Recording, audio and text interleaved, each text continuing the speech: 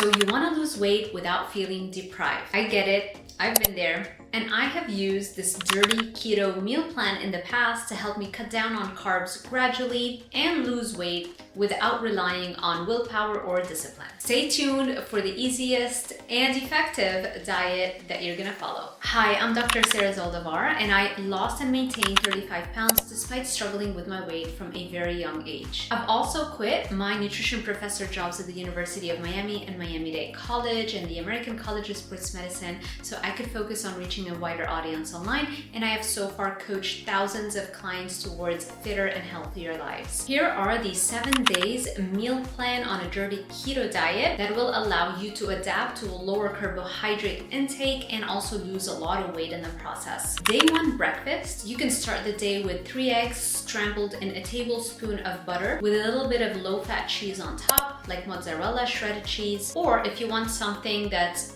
grab and go, you can get the Jimmy Dean's low-carb keto breakfast sandwich. For lunch, you can have a bunless burger with mayo and pickles and cheese and maybe even a little bit of bacon on the side. As a snack, you can have a keto chocolate mousse. This has been one of my favorite things that I used to have all the time. You can make them at home. They're so easy to make. If you want the recipes, you can check out my 4-ingredient keto dessert cookbook. I will link it in the description box below. For dinner, you can have keto-friendly pizza like the Real Good pizzas or the Quest keto pizzas. Day 2 breakfast, you can have keto pancakes. They sell ready-made ones like the Birch Benders brand. They're absolutely delicious. You just add a little bit of water and you have keto pancakes. They're super fluffy and you can top them with butter and some sugar-free syrup. And you can add in a couple of sausage links on the side just to boost the protein content. For lunch, you can have pan-fried chicken thighs and you can add a little bit of melted cheese or have a low-fat ranch on the side.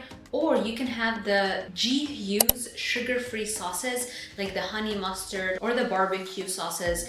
They have minimal calories. The only thing is they're very high in sodium, so just keep that in mind if you retain a little bit of water the next day. As a snack, I used to have those keto cheesecake snacks. I used to make them and keep them in the fridge, and I would have a little bit as an afternoon pick-me-upper. And for dinner, you can have salmon pan-fried with a little bit of butter. And if you want, you can pair that with any kind of low-carb veggie on the side, like Brussels sprouts or asparagus or any kind of vegetable that's not starchy. With a little bit of butter, you just pan fry it and you have it just for more volume. Day 3 breakfast, you can have 3 eggs with a little bit of melted cheese and a little bit of sausage mixed in with the scramble. For lunch, you can have some keto-friendly meatballs. So if you're gonna buy them frozen, make sure they don't have bread inside, or you can make your own with some pork panko or pork rinds that you crush and you mix with the meatballs. And you can get some low-carb marinara and some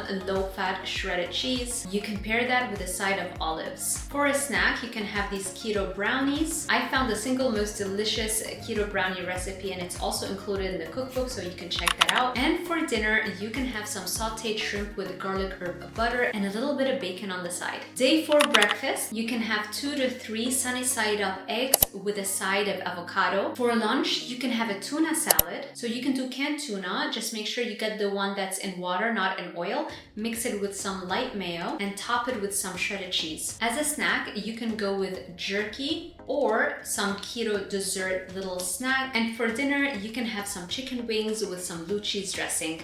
I love air fried chicken wings. You just pop them in an air fryer at 350 degrees Fahrenheit for 15 to 25 minutes. I prefer them very crispy, so I keep them longer, up to 30 minutes sometimes. You can either have them just like that, or you can just add a little bit of whipped butter or blue cheese dressing. Day 5 breakfast, you can have some chaffles, which are keto waffles. So they're basically eggs and shredded cheese mixed together, and then you pop them in a waffle maker. If you want the exact recipe, you can get it for free when you sign up to my newsletter at drsarahzaldivar.com/newsletter. And you can top the chaffles with some butter and sugar-free syrup, and you can pair that with a little bit of sausage on the side. For lunch, you can have these keto enchiladas from Real Good, or you can just have some fatty ground beef with some melted cheese and a pickle on the side and maybe some light mayo as well. As a snack, you can have some pork rinds with diet soda, or if you want something sweet like the keto desserts, you can do some pudding, some keto cheesecake,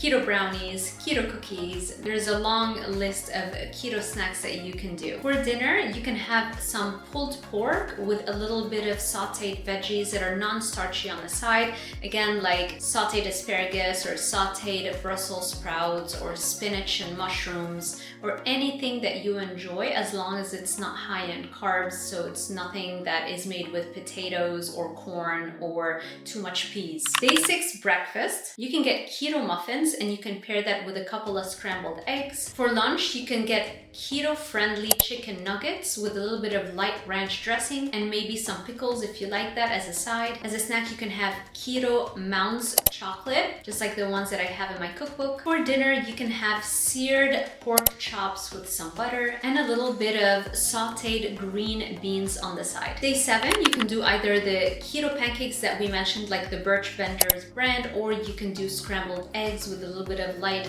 cheddar cheese on top or light mozzarella that's shredded on top and a little bit of bacon on the side. For lunch, you can have half of a chicken rotisserie. As a snack, you can have cheese crisps if you want something salty, or you can have a keto dessert, the keto mousse, that's my favorite. And for dinner, you can have a ribeye steak with a little bit of butter. And if you want to add a little bit of vegetables on the side, you can have some roasted zucchini or some sauteed zucchini noodles on the side. Also, when I would do that, I would do once a week a refeed where I would up my calories a little bit, and so that's the time where I would do those keto cookies, and me and my hubby would have our cheat together. And if you need help with coaching and personalized macros and adjustments to your meal plan and your exercise plan, feel free to check out my packages at drsarahzolivar.com/coaching, and you can use code YouTube to get 50% off of all of the coaching packages within the next 48 hours. I hope you enjoyed this video, and I hope that gave you a little bit of motivation to see that it's very easy to start and you don't really have to deploy a lot of discipline, and you don't have to feel uncomfortable,